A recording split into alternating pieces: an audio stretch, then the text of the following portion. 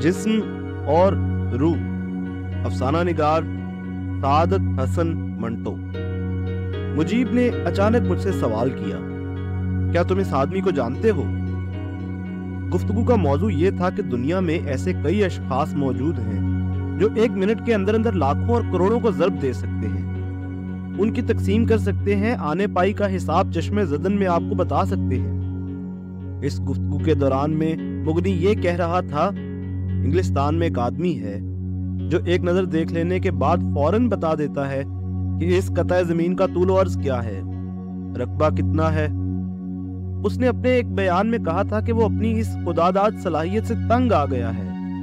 وہ جب بھی کہیں باہر کھلے کھیتوں میں نکلتا ہے تو ان کی ہریالی اور ان کا حسن اس کی نگاہوں سے اوجھل ہو جاتا ہے، اور وہ اس قطع زمین کی پیمائش اپنی آنکھوں کے ذریعے شروع کر دیتا ہے۔ 1 منٹ کے اندر وہ اندازہ کر لیتا ہے کہ زمین کا یہ ٹکڑا کتنا رقبہ رکھتا ہے، اس کی لمبائی کتنی ہے، چوڑائی کتنی ہے۔ پھر اسے مجبوراً اپنے اندازے کا امتحان لینا پڑتا ہے۔ پیٹر سٹیپ کے ذریعے سے اس قطع زمین کو ماپتا اور وہ اس کے اندازے کے عین مطابق نکلتا۔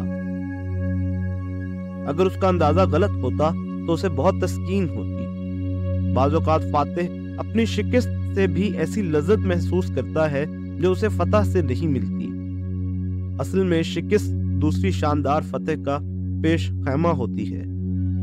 میں نے مغنی سے کہا، تم درست کہتے ہو، دنیا میں ہر قسم کے عجائبات موجود ہیں۔ میں کچھ اور کہنا چاہتا تھا کہ مجیب نے، جو اس گفتگو کے دوران کافی پی رہا تھا،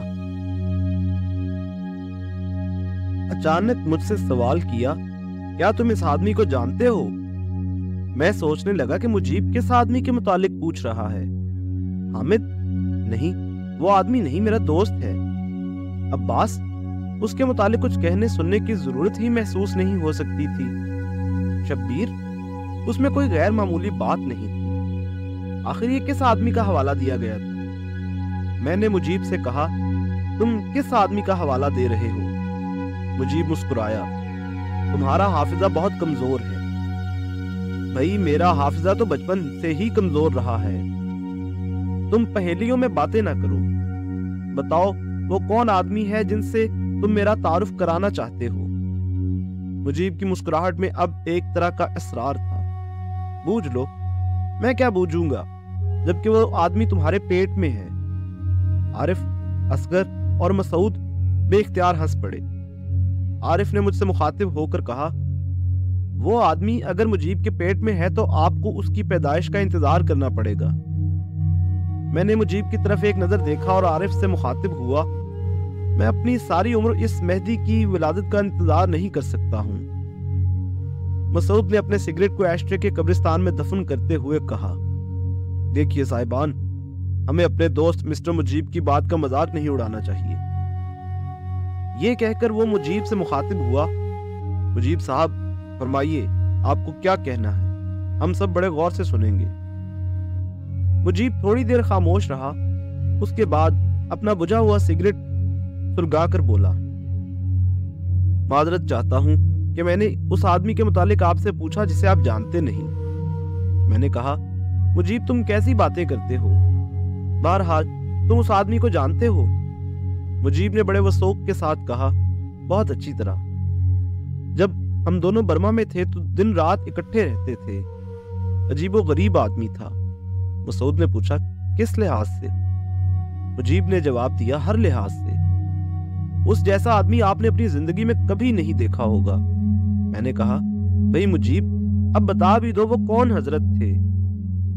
بس حضرت ہی تھے۔ عارف مسکرایا، چلو قصہ ختم ہوا، وہ حضرت تھے اور بس۔ مسعود یہ جاننے کے لیے بےتاب تھا کہ وہ حضرت کون تھا۔ بھئی مجیب، تمہاری ہر بات نرالی ہوتی ہے، تم بتاتے کیوں نہیں ہو کہ وہ کون آدمی تھا جس کا ذکر تم نے اچانک چھیڑ دیا؟ مجیب طبعاً خاموشی پسند تھا۔ اس کے دوست احباب ہمیشہ اس کی طبیعت سے نالا رہتے تھے، لیکن اس کی باتیں جچی تلی ہوتی تھیں۔ تھوڑی دیر خاموش رہنے کے بعد اس نے کہا، معذرت خواہ ہوں کہ میں نے خواہ مخواہ آپ کو اس مخمصے میں گرفتار کر دیا۔ بات دراصل یہ ہے کہ جب یہ گفتگو شروع ہوئی تو میں کھو گیا۔ مجھے وہ زمانہ یاد آ گیا جس کو میں کبھی نہیں بھول سکتا۔ میں نے پوچھا، وہ ایسا زمانہ کون سا تھا؟ مجیب نے ایک لمبی کہانی بیان کرنا شروع کر دی۔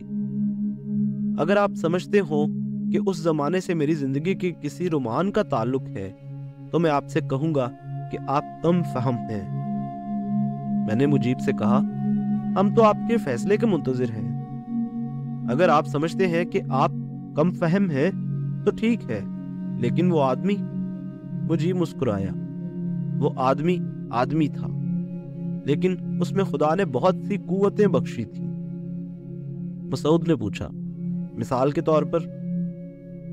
طور پر یہ کہ وہ ایک نظر دیکھنے کے بعد بتا سکتا تھا کہ آپ نے کس رنگ کا سوٹ پہنا تھا، ٹائی کیسی تھی، آپ کی ناک ٹیڑھی تھی یا سیدھی، آپ کے کس گال پر کہاں اور کس جگہ تل تھا، آپ کے ناخن کیسے ہیں، آپ کی داہنی آنکھ کے نیچے زخم کا نشان ہے، آپ کی بھویں منڈی ہوئی ہیں، موزے فلاں ساخت کے پہنے ہوئے تھے، قمیص پویلین کی تھی مگر گھر میں دھلی ہوئی۔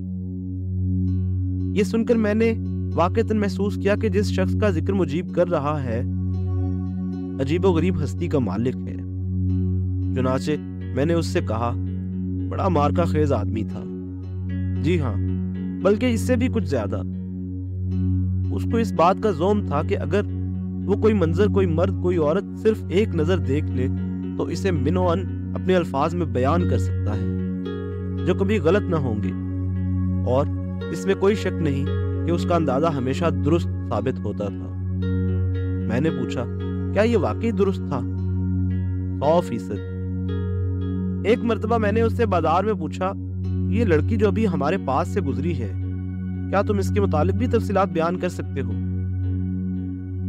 میں اس لڑکی سے 1 گھنٹہ پہلے مل چکا تھا۔ وہ ہمارے ہمسائے مسٹر لوجوائے کی بیٹی تھی اور میری بیوی سے سلائی کے لیے مستعار لینے آئی۔ میں نے اسے غور سے دیکھا، اس لیے بغرض امتحان میں نے مجیب سے یہ سوال کیا تھا۔ مجیب مسکرایا، تم میرا امتحان لینا چاہتے ہو؟ نہیں، یہ بات نہیں۔ میں نہیں، تم میرا امتحان لینا چاہتے ہو۔ خیر سنو، وہ لڑکی جو ابھی ہمارے پاس سے گزری ہے اور جسے میں اچھی طرح نہیں دیکھ سکا، مگر لباس کے متعلق کچھ کہنا فضول ہے، اس لیے کہ ہر وہ شخص جس کی آنکھیں سلامت ہوں اور ہوش و حواس درست ہوں کہہ سکتا ہے کہ وہ کس قسم کا تھا۔ ویسے ایک چیز جو مجھے اس میں خاص طور پر دکھائی دی وہ اس کے داہنے ہاتھ کی چھنگلیاں تھی۔ اس میں کسی قدر خم ہے۔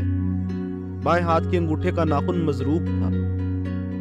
اس کی لپسٹک لگے ہونٹوں سے یہ معلوم ہوتا ہے کہ وہ آرائش کے فن سے محض گوری ہے۔